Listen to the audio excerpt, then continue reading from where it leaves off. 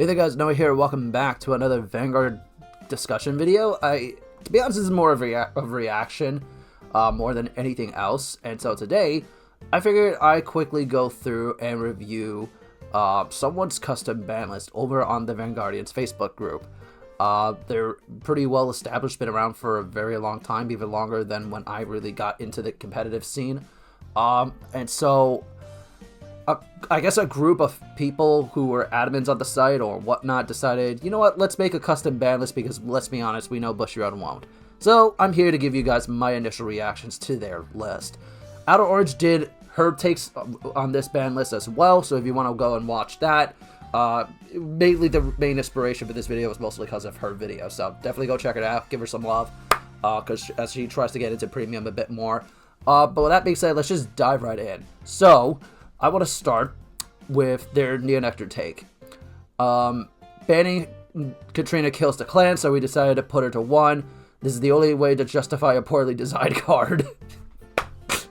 I mean, they're not entirely wrong, right? Like, Nector has had one of the most broken cards released, like, period. I think Katrina is just simply really strong, but I don't even think she's really the main issue here at this point, right? If this was, like, 4 years ago, back when Cyclone was first revealed, sure, you could make the argument, yeah, cut her down to 1, be enough, but truth be told, Nector is has a little bit more than just Katrina go burr. It's less about the aggro, more so about the defensive push, right? So essentially what ends up happening a lot of the time is, the one thing that people overlook is, I mean, if you get rid of Katrina and put her to 1, then what the hell is Nector actually going to do? Just convert over to Cecilia at that point? Like, you pretty much kill the deck if you actually do this, honestly. I think the big problem that I think a lot of people mutually agree on, and something that I brought up in one of my more recent videos, is the fact that when you can buy Katrina alongside Linka plus Hanali, and being able to just get them and recur PGs and stuff, I think that's really the main broken issue. Like, Hanali is at least somewhat easy to play around if you know what you're doing, but the fact that they can just search for PGs, activate the bloom effect to add it back to hand, and essentially get the PGs off that, on top of the aggression, I think that's a little overkill. So whether or not you choice restrict it and do a 3-way choice restrict alongside Hanali at that point, and Lilica, I think that would make more sense than just outright limiting it to 1, but let me know your takes. So let's move on to Granblue. Ghost Ship banned. Granblue has almost everything, early, mid, and late game. Card draw, hand fixing, hand traps, and all sorts of interactions. We don't mind that Granblue can fix his hand, but to massively draw cards on top of that, no thank you. This change will not only make Granblue wow, I can't read. Stupid. This change will not make Granblue a bad deck by all means, but it will reduce the amount of card draw and the pressure they put on the table, at least during the first few turns of the game. I'm gonna be honest with you, I don't think Ghost Ship is the problem at this point. Because then at that point, you're just asking them to run Rutsy's Banshee and just kind of just get around that shit. Because they would purposely run the 5k grade 0 trigger that allows you to move to soul draw 1. I think if you ban Ghost Ship, they're just more likely just going to pivot to that. And then when you combine that alongside Beatrice and what she could do alongside Negrelily, I think if I was personally making the list, I would personally hit Negrelily plus Beatrice, because then suddenly all of their defensive play doesn't just immediately come off of, oh, I have a G-Guard in hand, let me just ditch this heal, and then I could just do whatever the fuck I want, right? And I think Beatrice is the main problem child here, because what ends up happening most of the time is you G-Guard, you go into Negrelily, you sack something called Beatrice from drop, Beatrice goes off to call Greed Shade, and then you recur the heal back, and you could definitely G-Guard again if you wanted to. So I think that's more so the main problem with it. I mean, if they can have a bajillion card hand, sure, but then if you go up against something that could just beat you down senselessly for no reason, then at that point, I don't think Ghost Ship is really the main problem. OuterOrange said, talking about potentially hitting Skull Dragon. I could also see them doing that just to stop the raw aggression, but at least with Skull Dragon, it takes a little while to get set up. But I do understand with certain, like, outside aspects that we'll get to in a bit, why you would actually consider it. regardless of which way you go about it, I do think Granblue and Nector so far should be hit. That is definitely the one thing that I mentioned in my past video. If you haven't seen it, definitely go check it out. But yeah, Granblue needs to get hit in some way, but I just don't think this is the right way to go about it. Nubatama, choice restricting. Okay, finally, someone, like, and I commented in OuterOrange's video too, when I said, okay, so you're gonna go ahead and do all this wonky donkey BS where you just, like, restrict a bunch of different cards, but then you're not gonna hit the main problem childs in a lot of cases, especially with Harry and Night Rose right around the corner. And that is the Crest Makers. And they kind of, like, highlighted it throughout this whole thing, but I think the Crest Maker grade 1s just need to go. I think that to get such an amazing high roll, especially while you're going first and while your opponent is still trying to establish a board enough to a point to respond to you, it's ridiculous. Because, and especially in Nubatama's case, what ends up happening is if they ride Seisui immediately, and they get the Crest power, and then they go into their on-hit stride, and then pretty much from there, they just follow up with whatever the hell they want. They go Shiranui Rene just to hand rip, they go Sukumorikon to hand rip even further, and so it's just, it's a nightmare, and that's on top of the restanders, and I think this is not, like, it's definitely a right step in the right direction, but there has to be more, right? Because even if you exclude this, there are just way too many other broken problems with Nubatama that I think, kind of similarly to what Jamion Congo or the fucking Crow did a while back, I think some of the more, like, niche options that Nubatama has should be hit, or some of the more mainstay hits should definitely be hit. Like, Sukumorikon does not need to exist when you have all this other broken shit. Like, honestly, get rid of it. Alright, up next. Man, it's almost like this was made back in 2023. Like, in actuality, right? I do get where they're coming from with this. Hitting Stunverse and just killing it outright, especially when Exterminate has so much, like, yeah. Like, they say limit Exterminate to 1, so that way they can just do other things. But I'm gonna be honest with you, I don't think Narukami's too much of a problem at this rate. Especially after the Demolition hit, like, they don't really make up that much of a hand, even if they go first and go into the Excel, you know, the on-hit stride with Vanquisher plus whatever the hell, I think it's Zoras or whatever the hell it is.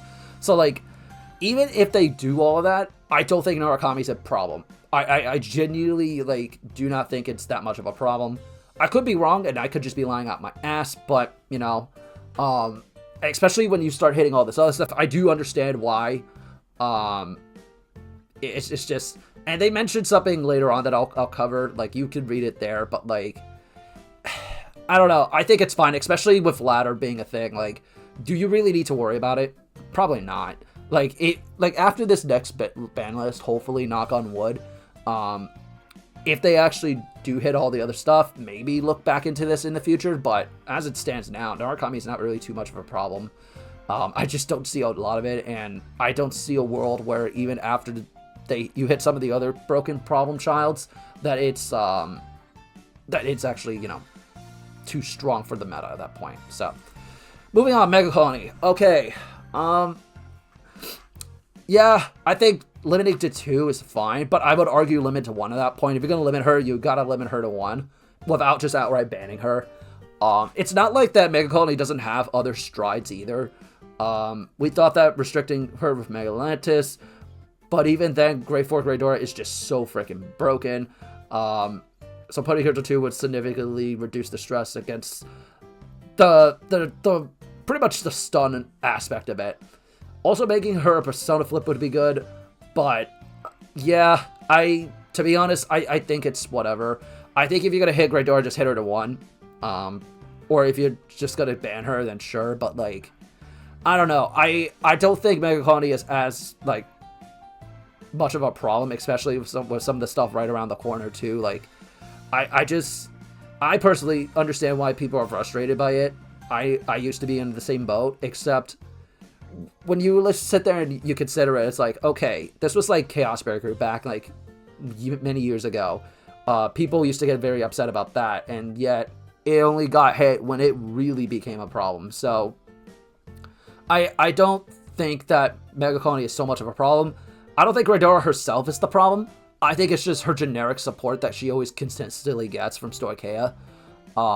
There's always some nice generic that you could throw in, and literally this is just the stun version of Granblue, if I'm going to be honest. As in terms of, like, the overall toolboxiness. Like, not the exact same playstyle, but just the toolboxy nature.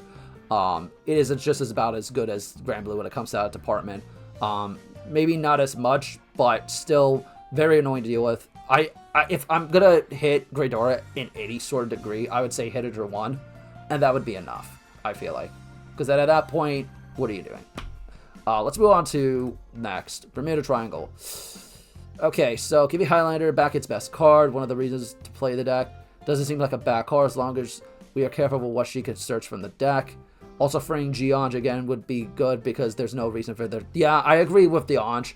Like, it is 2025 and she's still limited to 1. That's insane. Like, I don't think she's that much of a problem now. Like, maybe someone would find a way to break her. Honestly, at that point, then good. It's different. It's not Highlander. Although, especially if you're going to choice restrict the Pearl Sisters alongside Kutire, maybe it's worth investigating. But honestly, I think Kutire could stay banned. Especially in Highlander, where you can just literally search for pretty much every single main combo piece you want just because of her. No. Honestly, I'm not a fan of this. I do think that the Pearl Sisters are strong, but they're not really the main problem. I think my main problem is just, again, like I said before, Reindeer. Reindeer gives you every single major advantage point, and that's on top of having the Trick or Treat grade 1 that allows you to do a Denial Griffin play. Like, honestly, if anything, if you asked me straight up what I'd personally hit between Reindeer and, you know, Citron plus the Denial Griffin, grade 1, I would probably say choice restricting the G-Guard with the grade 1 at that point. Just mostly because, like, if you're going to have such raw aggression and force marker generation and overall good hand advantage, you should not have access to a Denial Griffin play, you know? So, that's just my take. Let me know your takes in the comment section. Alright, Aqua Force. Pursuit Assault to 2. I do not agree with this. Aqua Force has barely done anything in this format. I'm going to be honest with you, and I think most people would agree. I think Pursuit Assault is fine. Yes, it can be a little annoying at times, but if you're worrying about Aqua Force at this point, when there are other decks like Hari that are going to be very problematic in the future, what are you doing? So, Aqua Force is fine. DP. Geomaglass to 2. Ugh. I'm going to be honest with you. I don't agree with this. I really don't. Especially when Linka is a thing, like... And OuterOrange brought it up earlier too, so I'm like, yeah, if I had to pick between Geomaglass getting hit and Linka, I think I would rather Linka get hit. Because just the shield breaking is really annoying, especially when it's pretty easy to set up once you get to that late game, like, push turn. Especially with Unibird, especially with Excalib, like, what are you doing at that point? So, like, I do see a world where maybe they hit it in the future, but, like, I think that's, like, step 2 through 10, honestly. Like, step 1 is just hit Linka. Like, honestly, if you want to ban her, sure. Or even Taser Lage just to prevent, you know, certain decks from getting cooked, sure. But it, honestly, banning Linka, honestly, was just, it would work a lot better. Honestly. If we had to hit anything.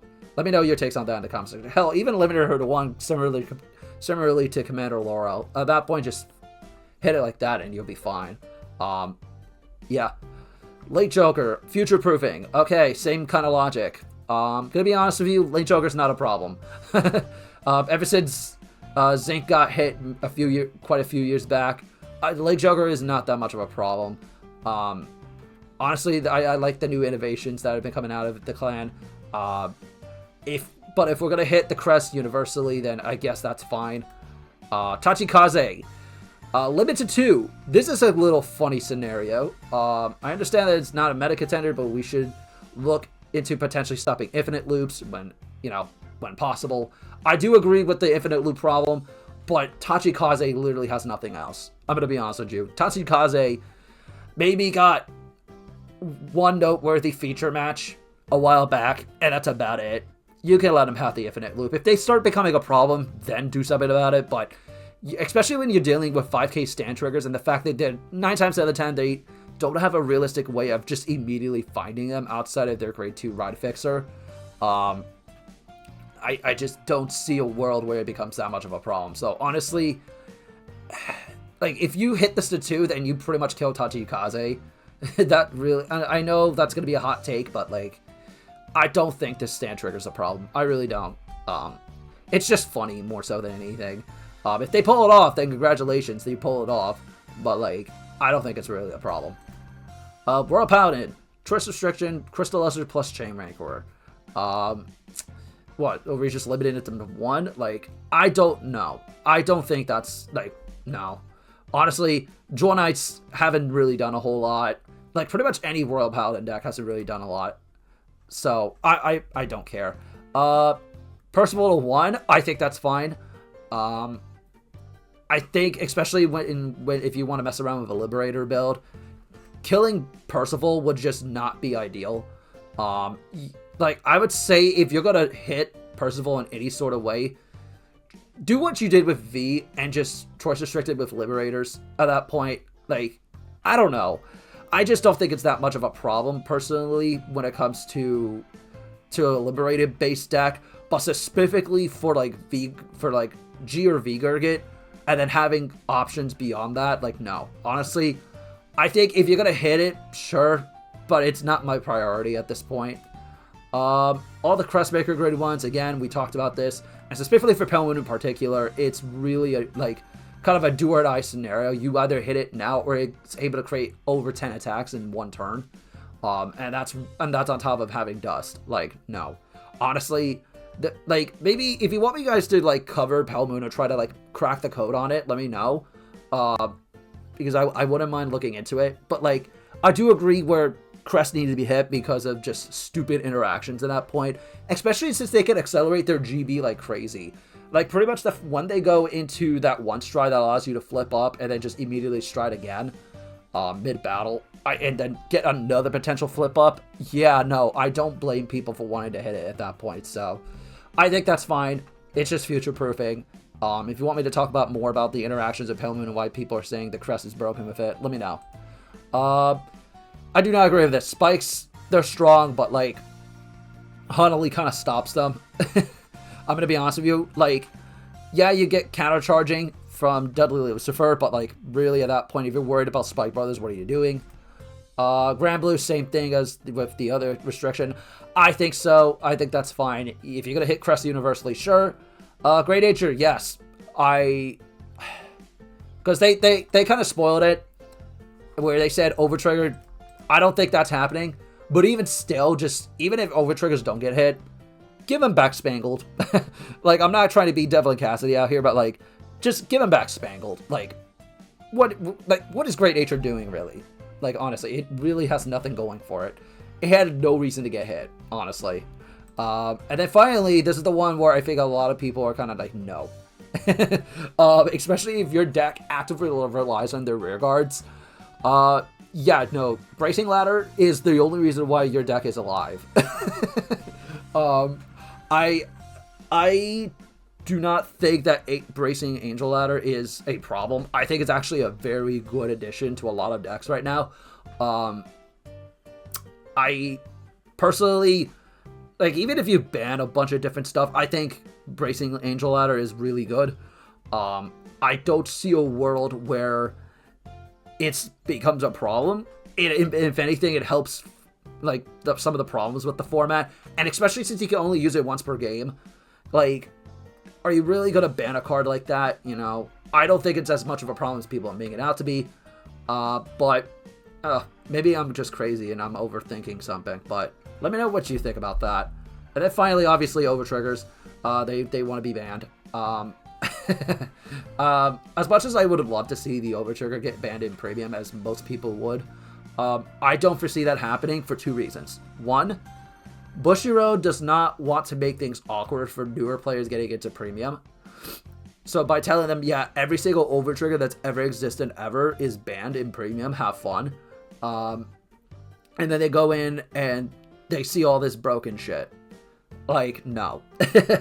I do not see a world where they hit it. And then my second reasoning for this is that if you hit the Overt Trigger, you would have to do a very complex ban list, and especially when Bushiroad has had a hard time actually making ban lists in general. I do not see a world where they actually go out of their way to actually start to make a complex, huge-ass ban list like they did in 2021. I do not see that happening. In general, I think the Overt Trigger is... It sucks that it exists still, and I think the reason why they haven't done anything about the Overt Trigger in Premium is simply because they don't want to put in the effort to actually sit there and go and just wipe the slate clean for every single clan at that point. Because there are a bunch of different strides that just are incredibly fucking broken. Even for some of the less played clans that exist because of the Overt Trigger. Like, because their reasoning for creating the card is like, okay, well, this card exists because if you damage check your OT, you're fine. You know? So, then at that point, you'd have to ban and hit and choice restrict a lot of stuff. And at that point, I think it's more of a headache. And I think the Overt Trigger is kind of their scapegoat into why they won't fucking bother. I would love for them to hit the Overt Trigger personally, just to see what they would do and see how the meta would like change over time because of that. But I just don't see that happening in the future. But I'm pretty sure that's it. Let me double check real quick. Yeah, that is pretty much it. But yeah, let me know your takes in the comment section. I personally am not the world's biggest fan of this ban list, of this custom ban list. I definitely see a world where there's gonna be a lot of heated discussion from now until later this week about discussing like some of the ins and outs of why certain cards need to be hit. But in any case, let me know what you guys think in the comment section. And until next time, this is Noah, and I'll catch you guys later. Bye, everyone.